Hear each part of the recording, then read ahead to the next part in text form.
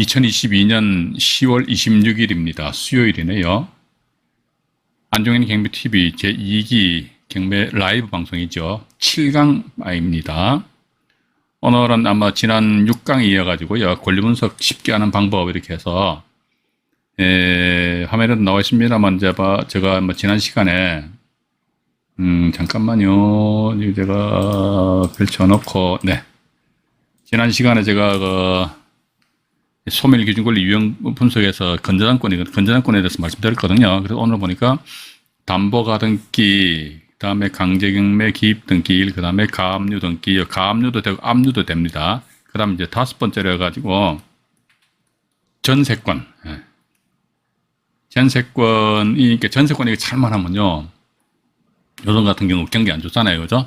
경기 안 좋은데 잘만 하면 내 돈 한 푼도 안 들이고, 부동산 취득할 수 있는 그런 물건들이 지금도 있다니까요. 오늘 이제 시간 나면요. 하나 제가 지금 뽑아놓은 게 물건지가 진주 지원하고 안동 지원 대전지방법원이에요.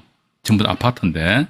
근데 이 전세권에 대해서 아마 우리 1기 라이브 방송에서 방송 들어보셨던 분들은 잘 아실 겁니다. 이게 전세권 이게 일정한 요건만 착착착 갖춰놔 버리면요.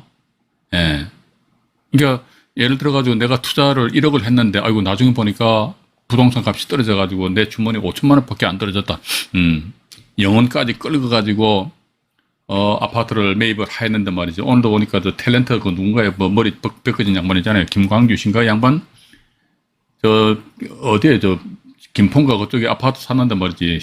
완전히 떨어져가지고 죽을 맛이랍니다. 그 정도 되면 안 되는 거예요. 그런데 보니까, 아이고, 내가 부동산 샀는데 보니까 이걸 처음에 내가 예를 들어 1억 주고 샀는데 나중에 보니까 나는 가만히 있는데 1억 한 3천만 원 됐다 이제. 그럼 이거 어떻게 됩니까? 나는 손해 봤습니까? 이득 봤습니다. 이득이잖아요. 그죠? 이런 물건들이 이 전세권 물건에 다 도사리고 있다니까요. 그래서 제가 이제 여기서도 지금 여기 전세권에 대해서 말씀드릴게요. 그리고 또 나중에 또 우리가 이 편에서 보면 또 전세권 그 분석이 있어요. 거기서 또 제가 말씀드릴겠는데 그 옛날에 이미 낙찰된 사례가 아니고 현재 경매 진행 중인, 오늘도 아마 경매 진행 중인 따끈따끈한 걸 여러분들은 소개시켜 드릴게요. 그리고 하셔가지고 만약 돈이 된다 그러면요, 굳이 나는 서울인데 물건이 어디야? 야, 진주 지원인데 언제까지 진주까지가 왜? 진주까지 뭡니까? KTX 났나요? 가가지고 뭡니까? 솔직히 가가 입찰을 해보시는 것이죠. 떨어지면 어떻게? 어쩔 수 없지 봐가지고. 그죠? 떨어지면 어쩔 수 없는 거예요. 그거 가지고. 그런데 우리는 이러한 유형의 물건 같은 경우는 이렇게 해서 나름대로 수익이 발생될 수도 있겠구나. 이것만 이제 우리 감을 잡으시면 되지 않겠느냐 하는 그런 생각 가지게 됩니다. 그러고 나서 아마도 이제 이게 5번인데요. 부동산 등기부상의 인수하고 부동산 상의 인수인데 이게 보면 전세권 인수, 가등기 인수, 지상권 인수, 이게 가치분 인수도 있거든요.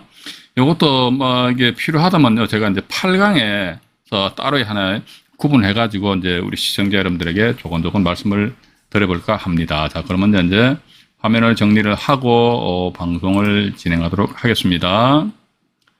2번 보니까 담보가등기, 이건 지난 시간 6강에 이어서 말씀드리는 겁니다. 담보가등기가 소멸기준권리인 경우 이렇게 나와 있네요. 담보가등기 나와 있는데 이것도 이론적인 것을 간단하게 말씀드릴게요. 이게 보니까 A 가등기, B 임차인 이렇게 나와 있지 않습니까? A 가등기에다가 B 임차인, 그 다음에 C, B 임차인, C 저당권, 근데 C 저당권자가 경매 신청했다는 겁니다. 근데 이때는 우리는요, 다른 제3자가 경매 신청했을 때, 어쨌든 이 가등기는 선순위 가등기잖아요. 그죠? 여러분, 정말로 여러분들 입찰 참여하신다 그러면 분석 똑바로 잘 하셔야 됩니다. 근데 이게 여기 제가 조건을 달아놨잖아요. 담보 가등기라면 좋아요. 근데 이거 만약에 보존 가등기라면 완전 박살난다니까요. 그런데 우리가 부동산 등기부등본에 등기 형식만 가지고는요, 이놈은 가등기가 담보 가등기인지 보존 가등기인지 알 방법이 전혀 없어요. 없다니까 어떻게 알 수 있습니까? 알 방법 없어요. 그러니까 등기 형식 보니까 대물 반환 예약 이런 게 있어요. 대물 반환 예약, 또 매매 예약 이런 게 있어요. 그러니까 이런 것만 가지고 이게 담보가등기다 보존가등기다 이게 알 방법이 없다는 것이죠. 이게 대부분 앉아 계신 판사님들 말씀으로는 뭐냐면요, 등기 형식상으로는 봐서 이게 보존가등기다. 통상적으로 매매 예약하면요, 이게 보존가등기를 이렇게 복원하거든요. 복원합니다. 100% 보는 게 아니고 볼 수도 있다는 거지. 그럼 안 볼 수도 있다는 거 아닙니까? 그죠? 그러니까 등기부등본상에 보니까 매매 예약에 의한 그 가등기다. 그럼 이게 보전 가등기다. 그런데 실질적으로 담보 가등기는 뭐다? 채권자 채무자 간에 돈이 왔다 갔다 했다. 그것도 돈을 꾸어줬어. 그러면 담보 가등기다. 이런 식으로 이제 대법원에서 판단을 하고 있거든요. 그런데 우리 투자자 입장에서는 이렇듯이 선순위 가등기가 떡 나와 있는데 이놈이 담보 가등기인지 보전 가등기인지 부동산 등기부등본에 의해서 알 방법이 있다 없다 없어요. 그럼 어떻게 한다더라? 법원에서 작성한 민사집행 사건 기록부가 있거든요. 그거라도 우리가 열람을 할 수가 있으면은 그나마 이 가등기권자가 어떤 식으로 움직였는지 그걸 파악을 해가지고 얘가 담보구나 보전이구나 이렇게 판단을 할 수가 있는데, 자, 여러분들 아시잖아요. 민사집행 사건 기록부 법원에서 보여줍니까? 안 보여주잖아요. 그죠? 그 뭐 꿀 발라놓은 것 같아. 응? 그죠? 민사집행 사건 기록부 이거 지금 제가 제 사무실에 보면은 좀 오래된 사건입니다만은 그 민사집행 사건 기록부 해가지고 이걸 제가 책으로 만들어 놨어요.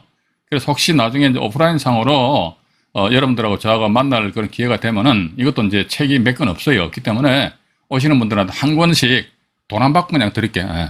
왜냐면 이게 우리가 민사집행 사건 기록부도 어차피 낙찰받고 나서 보면은 필요한 부분이 있어가지고 민사집행 사건 기록부를 내가 낙찰받은 물건의 민사집행 사건 기록부입니다. 이게 내가 낙찰받은 물건의 민사집행법에 의해서 경매가 진행되니까 민사집행에 대한 민사집행 사건에 대한 기록이랍니다. 기록.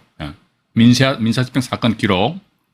민사집행 사건 기록부랍니다. 그래서 이런 민사집행 사건 기록부를 우리는 낙찰받고 나서는 이 법원에 가셔가지고요. 열람 및 등사 청구를 하셔가지고 신청하셔가지고 반드시 열람을 하셔야 돼요. 어떤 거 봐가지고 아주 미묘한 관계. 그러니까 예를 들어 선순위 가등기 이것이 담보인지 보전인지 얘기돼가지고 그런데 이미 보니까 낙찰받고 나서 보니까 이거 담보가 아닌 거 이게 만약에 보전이 들어가면 정말로 낭패를 본다 이거죠. 이러했을 적에 저는 이런 질문을 받습니다. 이게 나는 담보인 줄 알고 들어가서 낙찰받았는데 이게 보전이더라. 이랬을 경우는 법원에다가 내가 불허가 신청하면 받아주나요? 그거 잘 몰라요. 제가 또 법원 당사자가 아니잖아요. 그죠? 그래서 뭐 이때는 적시항고 재항고 이렇게 할 수는 있겠지요. 할 수는 있는데 법원에서 어떻게 판단 내릴지는, 왜냐하면 이런 선순위 가등기가 입찰자 입장에서 나는 담보인 줄 알고 들어가서 낙찰 받았는데 나중에 보니까 보전이더라. 따라서 낙찰자가 소유권을 상실할 수도 있기 때문에 낙찰자에 대해서 매각을 허가하지 말아라.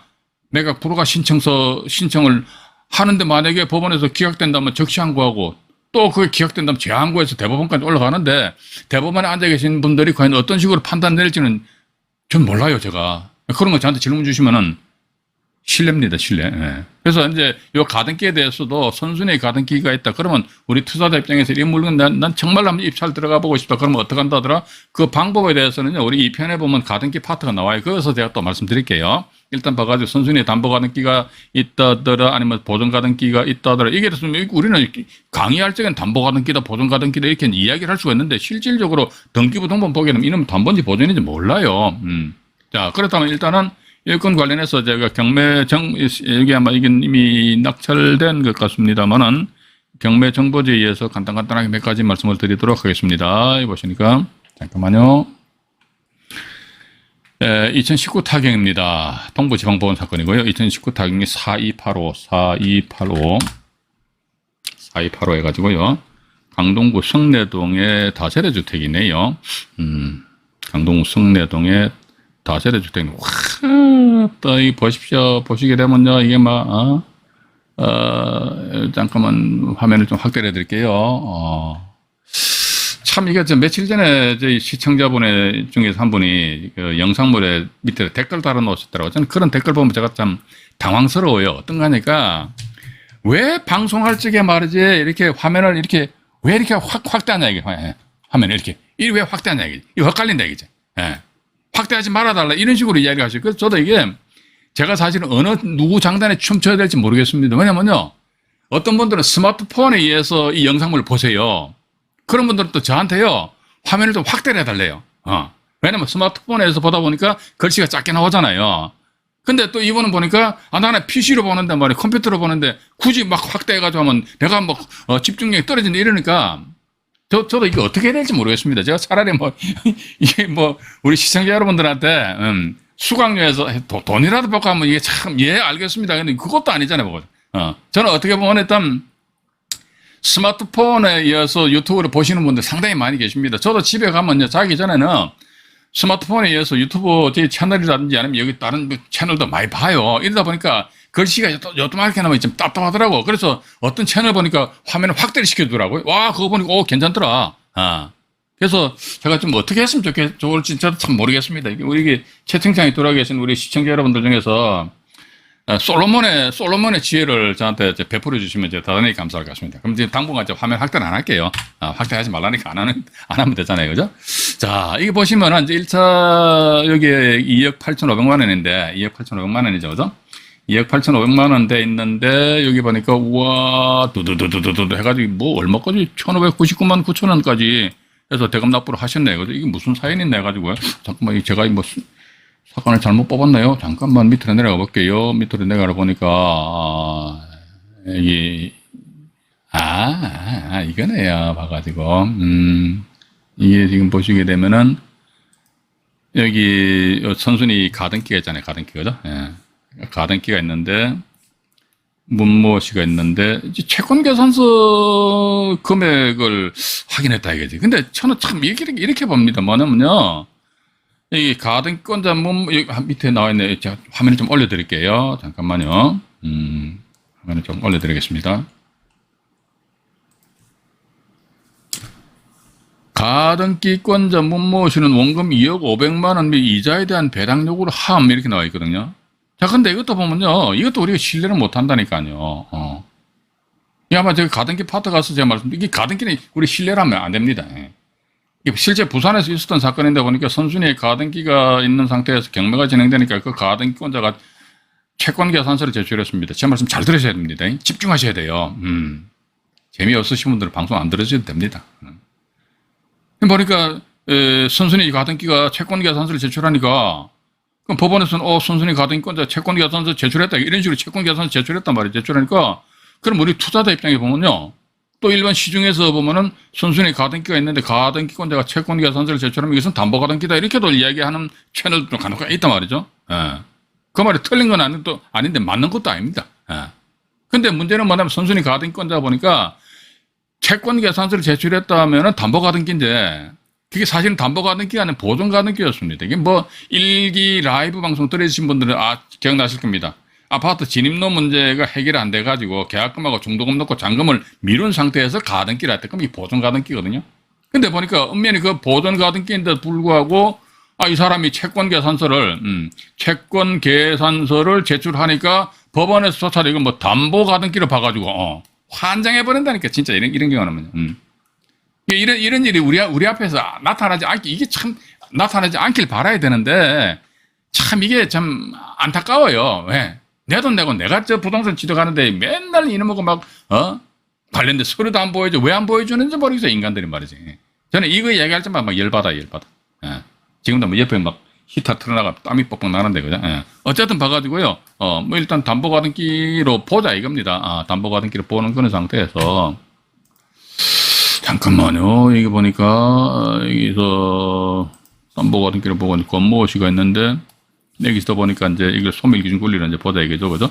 2018년 5월 29일이면은, 근데 보니까 이분이 2017년 9월 1일 날 전입신고했잖아요. 그죠? 전입신고하고, 확정일자는 뭐 8월 29일 날 받았고, 배당 요구는 2019년 10월 31일이죠. 배당 종기일이 언제입니까? 2019년 11월 4일이잖아요. 그러면 배당 요구 효력은 있거든요. 배당 요구 효력은 있는데, 이분이 전세 보증금 2억 3천만 원인데, 이게 왜 이렇게 많이 유찰돼가지고 상당히 낮은 금액. 어차피 이 물건은요, 이분이 자기 전세 보증금 2억 3천만 원이고 대항력이 있으니까 이 물건의 1차적인 지도권은 얼마다 이게 경매비용 뭐 한 400만 원 잡고 2억 3,400만 원 됩니다. 2억 3,400만 원.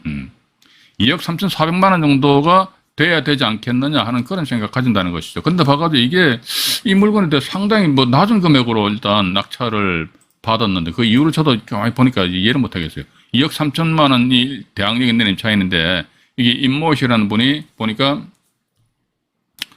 1,599만 9천 원에 낙찰받았다. 그러면 여기에서 경매비용 빼고 나머지 잔여 금액이 2억 3천만 원에서 임차인 일부 배당 받아갈 거 아닙니까? 그죠? 뭐 예를 들어가지고 뭐 1,599만 원인데 임차인이 만약에 1,000만 원 배당받아갔단 말이죠. 그러면 나머지 2억 2천만 원은 낙찰자 인수하는 겁니다. 인수. 그래서 이러나 저러나 둘러치나 매치나 뭐 일단 1차적인 취득원가 2억 3천만 원 플러스 알파 해가지고 경매 비용, 이 집행 비용이 포함이 되는데 이렇게까지 유찰이 되었다는 것은 저는 이게 일단 이해를 못 한다는 건데 이 여기서는 이제 이게 낙찰 금액이 이렇게 낮게 됐다 이걸 말씀드리는 것이 아니고 일단 선순위에 이런 가등기가 있을 적에 가등기가 과연 담보 가등기냐 보존 가등기냐 이게 또 우리가 판단을 해야 되는데 여기 보시게 되면 이제 통상적으로 말이죠. 자, 통상적이라고 했습니다. 최선순위 설정일자가 2018년 5월 29일째 가등기, 요것을 일단 말소 기준 권리로 본다 이거죠, 말소. 그러면 가등기가 말소 기준 권리다 하면 이 가등기 뭔 가등기입니까? 담보 가등기구나. 우리 이렇게 이제 볼 수 있다는 겁니다. 그죠? 예. 이런 식으로 이제 보고 판단하고 들어가야 되는데, 근데 문제는 뭐 이걸 믿어야 되는 거예요. 그죠? 제가 조금 전에 말씀 안 드렸습니까? 부산에서 실제 있었던 사건, 아파트 진입로 문제 해결이 안 돼가지고 말이지. 예. 계약금 넣고 중간금 넣은 상태에서 잔금을 안 넣고 수분양자가 본인이 분양받은 아파트 호수에 대해서 선순위를 가등기를 했다. 그럼 그 가등기는 뭐냐, 그러니까. 이 가등기도 이 담보 가등기, 보존 가등기 해가지고요. 돈이 왔다 갔다 하는 사실은 같죠. 그죠? 담보 가등기가 있고 보존 가등기 있잖아요. 둘 다 돈이 왔다 갔다 하는 사실은 맞아요. 근데 담보 가등기는 뭐냐면요. 돈을 구워준 거예요. 이 채권, 채무 관계입니다. 요건 이 담보 가등기는 가등기 담보 등에 관한 법률에 의해서 나름대로 적용을 받는다 이게. 근데 보존 가등기는 뭐냐 이게 돈 구워준 게 아닙니다. 조금 전에 아파트 분양 받으면서 계약금하고 중도금을 수분양자가 건설회사에다 대금 돈을 줬잖아요. 그럼 돈이 흘러갔죠, 그죠? 근데 돈을 준 목적이 뭐냐? 담보 가등기 같은 경우는 돈을 당신 돈 가지고 있는데 왜 돈을 왜 줬느냐? 아, 나 저 사람 돈 구워줬어. 근데 보존 가등기는요. 수분양자한테 물어봅니다. 당신 왜 저 건설회사에 왜 돈 줬지? 아, 나 돈 주고 건설회사가 가지고 있는 그 예를 들어 101호면 101호에 대한 소유권입니다. 소유권이라는 권리를 내가 가져오기 위해서 돈을 준 거예요. 그러니까 돈을 주고 받고 한 것은 같다 이게. 그런데 색깔이 완전히 틀리다는 겁니다. 위에 담보가등기는 검전 채권입니다. 따라서 담보가등기하고 건저당권하고는 거의 비슷하다. 사촌지간에도 저는 이렇게 표현을 하는데, 보존가등기는 완전히 색깔이 틀리다. 특히 보존가등기 같은 경우는 부동산 등기법에 의해서 이 근거법도 틀립니다. 보존가등기는 부동산 등기법이고 담보가등기는 가등기 담보 등에 관한 법률에 의해서 나름대로 규율을 받는다. 일단 그렇게 보시라는 것이죠. 근데 일단 이걸 과연 믿어야 될 것인지. 근데 요 가등기에 대해서는요, 제가 아까도 말씀드렸습니다만 우리가 이 편에서 실전 파트가 나옵니다만 그때는 우리가 명명백백하게 마음 놓고 싹 들어갈 수 있는 그런 경우가 있다. 그때가 제가 보다 더 자세하게 말씀드리고. 자, 그러면 이제 두 번째는 보니까 이제 제주도로 슝 넘어갑니다. 2019 타경이고요. 2294. 물건 번호 5번입니다. 네.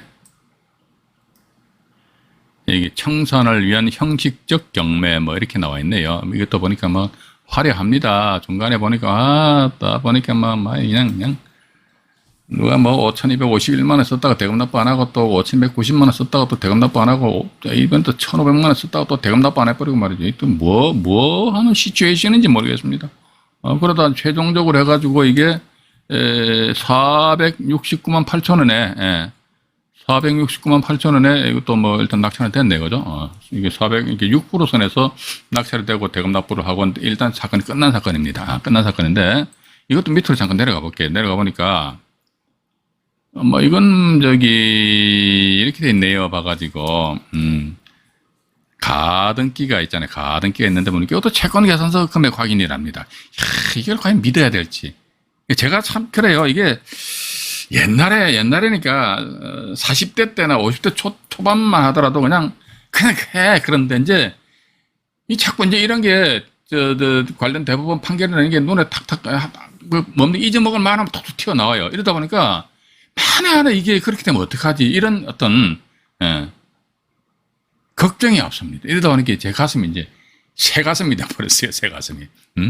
그래서 여러분들 중에서 아니야 그냥 하고 싶어 그냥 하세요 하셔야 나중에 한번 쌍코피 터지면 안 되잖아요, 그지? 예. 그래서 어쨌든 봐가지고 가등기가 채권 계산서를 제출했다 그러니까 이게 한 소멸 기준 권리랍니다. 그런데 여기 2017년 4월 28일이 소멸 기준 권리잖아요, 그죠? 근데 정모시 이분 보니까 2015년 11월 달이니까 대학력이 있잖아요, 그죠? 근데 이분도 보니까 임차권 등기도 하셨네요, 그죠? 임차권 등기 하셨는데 보니까 이게 이거 보십시오. 이거 잘 보셔야 됩니다. 경매 개시 후에 임차권 등기함. 배당 요구 시 배당 나감. 우리 있지 않습니까? 경매 정보지를 보시면서 이게 뭔 말인지 이해를 해야 됩니다. 또 위에 보니까 압류의 법정 기일이 빠른 경우 또는 교부 청구로 당해 대항력 있는 임차인의 경우 전액 배당 안 될 시 인수 금액을 발생할 수 있습니다. 이게 뭔 말인고 해가지고 이거 모르면요. 저 공부 좀 더 하세요. 급한 게 없어요. 그죠? 공부 좀 더 하시라니까. 예. 그래서 뭐 아까도 인터넷 뉴스 보니까 일부 무슨 소위 부동산 전문가인지 모르겠습니다만 이분들 하시는 이야기가 뭐냐면 뭐 내년 하반기쯤 해가지고 이제 집을 내 집 마련하는 것도 괜찮지 않겠느냐 막 그런 이야기하는 거 보면 내년 1, 2, 3분기까지는 뭐 그렇게 그냥 맨 밑에 바닥을 헤맬 것 같아요. 그런데 봐봐 이런 내용도 모르고 그냥 맨날 헐떡거린다고 하면 그 사람 인생이 헐떡거린다니까요. 제가 이렇게 막 자꾸 말씀드리니까 저 사람 또 산으로 올라간단 말이야. 옆으로 빠진다 이렇게 생각하시는 분들 계실지 모르겠는데 예. 저는 그동안 쭉 해가 한 30년 이상 이 바닥에서 뒹굴다 보니까 돈 번 사람들도 돈 번 사람들 그렇게 많이 못 봤어요. 그냥 이상하게 다른 채널에서 보면 말이지 그냥 자기네들하고 공부하면 막 완전히 막 대박 나는 것처럼 막 이야기하는데 전 그런 걸 참 못 봤다니까요, 봐가지고. 근데 오히려 어떻게 보면 돈 까먹은 사람들 많이 봤어. 돈 까먹은 사람들 많이 봤다니까요, 그죠? 예. 그래서 가만히 보니까 그 사람들하고 이제 만나서 이야기해보면요. 완전히 저 장님 코끼리 만지기식이라. 코끼리 배를 만지는데, 야, 코끼리는 크다는 벽처럼 생겼다. 코끼리 다리를 만져보니까, 야, 코끼리는 말이 완전 큰 기둥처럼 생겼단 말이야. 코끼리 귀를 만지는 게, 야, 이 선풍기처럼 생겼다. 이런 식으로 지엽적으로 알고 있으니까 당연히 당하지요. 그건 지가 당연한 사실이란 말이지, 그죠? 그래서 이런 정보리상에 나타나 있는 이런 문구에 대해서 우리가 하나하나 다 이제 이해를 하셔야 됩니다. 예. 그래서 일단 이분 같은 경우 경매 기입 등기를 이후에 임차권 등기했는데 배당 요구는 보니까 2019년 6월 24일이 배당 요구 종기일이잖아요. 근데 2019년도 5월 7일 날 배당 요구 했으니까 배당 요구의 효력은 있습니다. 배당 요구 효력이 있어가지고 배당 금액이 넉넉하다면 6,800만 원 전액에 대해서는 다 배당을 받아갈 수도 있지 않느냐 하는 그런 생각 가진다는 것입니다. 그래? 예, 가지고. 근데 여기 밑에 보니까 이게 정보지 보시면 이런 거 하나씩 꼬집어가지고 이런 데 막 분석하셔야 돼요. 그래가지고, 이게 어떻게 보면 저희 채널의 구독자분들은 제가 뭐 소통이 그렇게 잘 안 되는데 저희 네이버 카페 회원분들과는 어느 정도 소통이 된단 말이죠. 근데 네이버 카페 회원분들은 이제 보니까 좀 답답하더라고. 왜냐면요. 제가 만약에 진짜 경매 이걸 해서 나름대로 인생 반전, 인생 역전 꿈꾸고 싶다 그러면요. 경매 정보지를 턱 봅니다. 보다 보면 모르는 게 많아요. 그죠? 그럼 봐가지고 탁 찍어가지고 여기 사건 번호 적고 그런 데 있잖아요. 사건 번호 있는데 가등기 있는데 가등기 가처분이 뭔가요? 이런 거 물어보시라니까. 그죠? 근데 봐가지고 일반 회원 같은 경우는 그냥 법원 경매 Q&A 방에다 물어보시면 전화 아니면 다른 회원분들이 답변을 드리고 저희 카페에 보면 경매 박사 등급이 있습니다. 박사도 보면요. 또 장사한다. 이 장사하는 게 아닙니다. 박사도 보면 유료가 있고, 무료가 있어, 무료. 유료가 15만 원입니다. 무료는 뭐다 당연히 빵원이죠. 빵원. 근데 일단 박사가 된다. 유료 회원 같은 경우는 15만 원 입금하시면 막바로 박사가 되시고, 만약에 무료 회원 같은 경우는 카페에다가 뭐 댓글 몇 개 쓰고 뭡니까 게시글 몇 개 쓰면요 자동적으로 경매 박사가 돼요. 그러니까 카페 활동을 본인이 열심히 하시다 보면요 그냥 박사가 되는 거예요. 그런 상태에서 저한테 메일로 주시게 되면 이 사건 번호에서 이건 뭔가요? 그럼 저한테 구체적으로 질문 주시면 비밀 상담이 되잖아요, 그죠? 예. 비밀 상담이 되다 보면 이거 저도 나름 분석을 한다는 거죠. 이건 뭐냐면요 이게 이 신모씨라는 사람이 법인인지 모르겠는데요. 이 가등기 가짜니까 없애라라는 그런 의미입니다. 근데 중요한 건 뭐다 봐가지고 이게 없어진다 손 치더라도 봐가지고요. 여기 임의 경매 해가지고 경매를 누가 집어넣나 해봐가지고 담보권이 있나요? 담보권 잠깐만 이게 보니까 좀 저도 당황스럽네요. 임의 경매 해가지고 뭐죠? 뭐 돼 있네. 이 경매 신청권자가 잠깐만요. 이게 파산 관제인 변호사가 경매 신청했네, 변호사가. 예. 근데 일단 그렇다. 그러면 우리가 이게 이렇게 보시면 됩니다. 이게 설사 가등기 가처분에서 이게 말소된다 손치더라도 일단 다른 원인에 의해서 경매가 진행되고 있기 때문에 이 경매 진행은 유효하다. 맞잖아요. 그죠? 유효하다는 거 일단 그렇게 보시면서 어쨌든 바가지 이 건도 보면은 6,800만 원 대항력 있는 임차인이 있습니다만 이 건 같은 경우 상당히 낮은 금액으로 낙찰됐거든요. 그래서 이게 여기 보시게 되면 469만 8천 원이네, 그죠? 469만 8천 원에 낙찰되었다. 그렇더라도 이 바가 경매비용 빼고나면 나머지 금액에 대해서는 낙찰자 인수를 해야 되는데, 왜 이런 식으로 해가지고, 그래서 이제 우리 시청자 여러분들은 이렇게 생각하십시오. 이게 뭐냐면요. 예를 들어 낙찰자한테 대항할 수 있는 임차인이 있습니다. 이 사람의, A라는 사람이 전입신고하고 확정일자를 받았는데 이 사람 전세 보던 금액이 만약에 한 2억 정도 된다 치자요, 이거예요. 예. 그럼 이 물건의 1차적인 지도원가는 얼마다? 2억 하고요. 경매비용 만약에 한 500이라면 2억 500만 원 이것이 1차적인 지도원가예요. 예. 이렇게 생각하시면서 큰 틀에서 1차 금액, 물론 그렇습니다. 예, 2억 500에 쓴다. 그런데 이 건에서 460만 원에 쓴다. 그러면 7억세 부분에서 좀 부담이 경감될 수는 있을지 모르겠습니다만, 어쨌든 낙찰 받아가지고 나름대로 어떤 수익을 창출한다는 그런 차원이라면 일단 낙찰 받는 게 중요하지 않습니까? 그죠? 예. 그런데 딱 보니까 이 물건에 대한 1차적인 지도관건 얼마다? 대항력 있는 임차인 보증금 2억에다, 경매비용 포함하면 이렇게 2억 한 500 정도 되는구나. 이런 식으로 생각하시면서 이제 접근을 하시는 것이 좀 괜찮지 않겠느냐 하는 그런 생각을 가진다는 것입니다. 일단 그렇게 좀 이해하시고요. 자, 이제 이번에는 말이죠. 뭐냐면요, 이제 강제경매 기입 등기가 소멸 기준 걸린 경우입니다. 여기 보시게 되면요, 강제경매 기입 등기 나와 있지 않습니까? 경매부동산에 A 임차인이 전입신고되어 있고, A 임차인입니다. B 임차인도 전입신고해 있고, C 임차인도 전입신고했는데, D가 강제경매 신청. 이게 말소 기준 권리잖아요. 그럼 A, B, C는 전부 다 낙찰자한테 대항을 해주겠다는 것이죠. 그죠? 보니까 A와 B, C는 낙찰자가 인수해야 된다, 이거죠. 근데 여기 또 나와 있네요. 강제경매의 경우는, 이거 마저 6강에서도 말씀드렸습니다. 우리 이게 신경 쓰셔야 됩니다. 이해관계인의 대위 변제와 무익녀, 요건 같은 경우 대위 변제는 있을 수가 없겠죠. 그죠?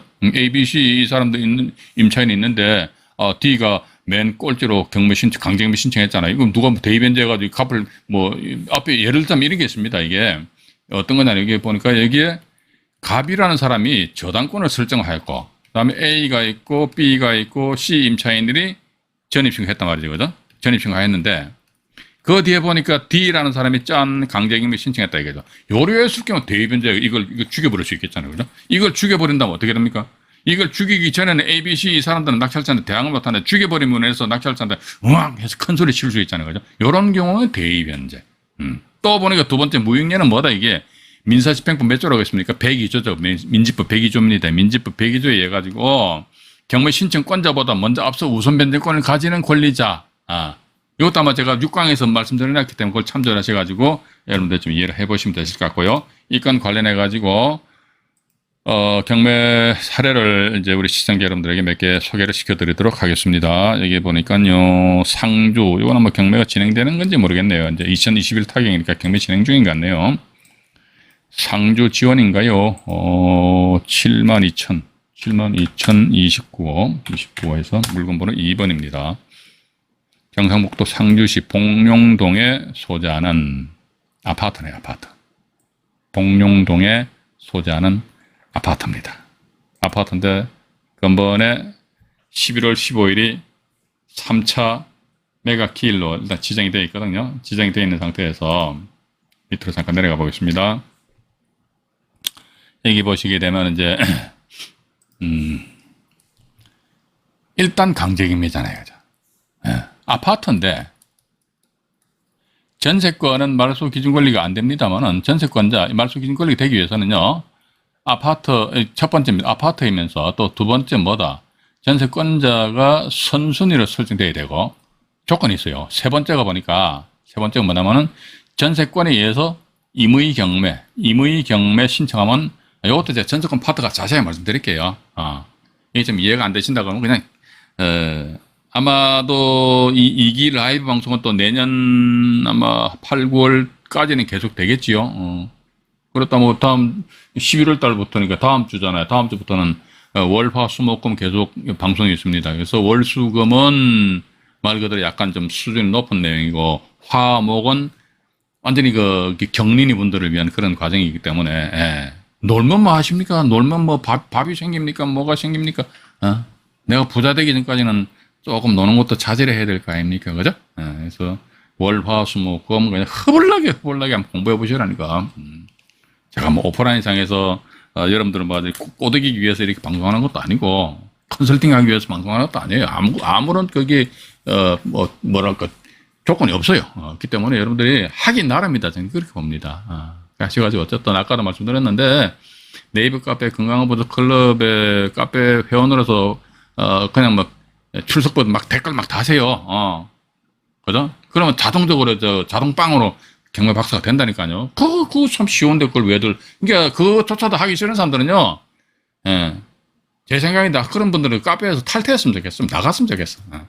저는 그런 회원들 별로 사랑하지 않습니다. 맨날 물에 물 탄다, 술에 술 탄다, 해빌려면 그 인생이 뻔한 거 아닙니까? 저는 그래 봐요. 그죠? 예. 그래서 일단 다시 이쪽으로 돌아오니까. 근데 이 건 같은 경우는 이제 전세권자 이분이 1억 9천만 원, 이분 배당 요구를 안 했어요. 배당 요구를 안 하고 경매 신청도 안 해버렸어요. 요 세 가지 조건을 갖춰야 돼. 아파트인데 순순히 요 두 가지 조건을 갖췄어요. 근데 이미 경매 신청 안 했잖아요. 그죠? 따라서 이 경우 전세권의 말소 기준 권리가 아닙니다. 근데 보니 이 사람 더더군다나 배당 요구를 안 해버렸네? 그럼 1억 9천만 원 인수합니다. 그죠? 인수한다. 왜? 그러니까 강제경매 요것이 하나의 말소 기준 권리가 되다 보니까. 따라서 이 건 같은 경우 1억 9천만 원 전세금은 순순히 그 낙찰자의 부담으로 남는다더라. 따라서 이 건 같은 경우 1억 9천만 원 인수하니까, 1억 9천 인수하니까 이 날짜에 입찰 들어가면 됩니까? 안 됩니까? 안 되죠. 1억 9천 인수하면 어떻게 됩니까? 봐가지고, 2억 9천이 돼버리는데 1차 감정가 2억 1,200만 원인데 앞으로 한 서너 번 정도 더 떨어져야 된다는 것이지요. 그래서 이제 어떤 면에서 보면요, 2022년 10월 현재 이제 부동산 시장이 완전 바닥을 기고 있잖아요. 또 경매 시장도 마찬가지다. 그렇게 봅니다. 그럼 이참에 내 집 마련 차원에 있어가지고 실수요자 입장에서는요, 경매 물건을 한번 관심 가져보는 것도 괜찮지 않느냐 하는 그런 생각 가지게 됩니다. 이 바닥을 길다 보니까 과거처럼 말이죠. 아파트 같은 경우 막, 물건 좀 괜찮다 그러면 1차 유찰되고 나서 2차 매각길래 20명, 30명 막 달려들었는데, 이제는 2차 길도 잘 안 쳐다봐요. 그러니까 내 집 마련 차원이라면 한번 대시를 해볼 필요성이 있지 않겠느냐 하는 그런 생각 가진단 말이죠. 그런데 이 건 같은 경우, 아우, 나는 명도가 무서워. 그런 사람 있어요, 봐가지고, 저 같은 사람 명도 무서워합니다. 저는 나쁜 사람이 아니라서.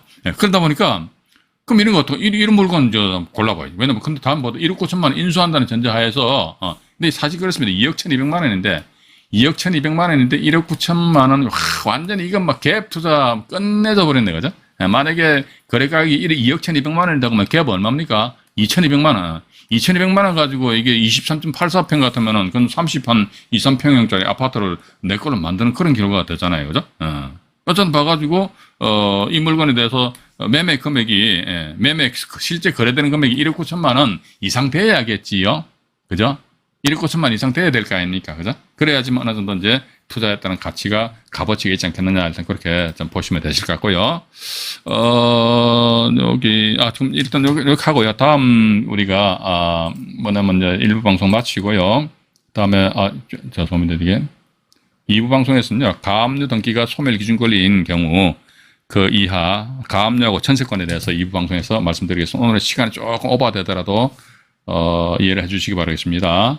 2기 라방 제7강 1부 방송을 마치도록 하겠습니다.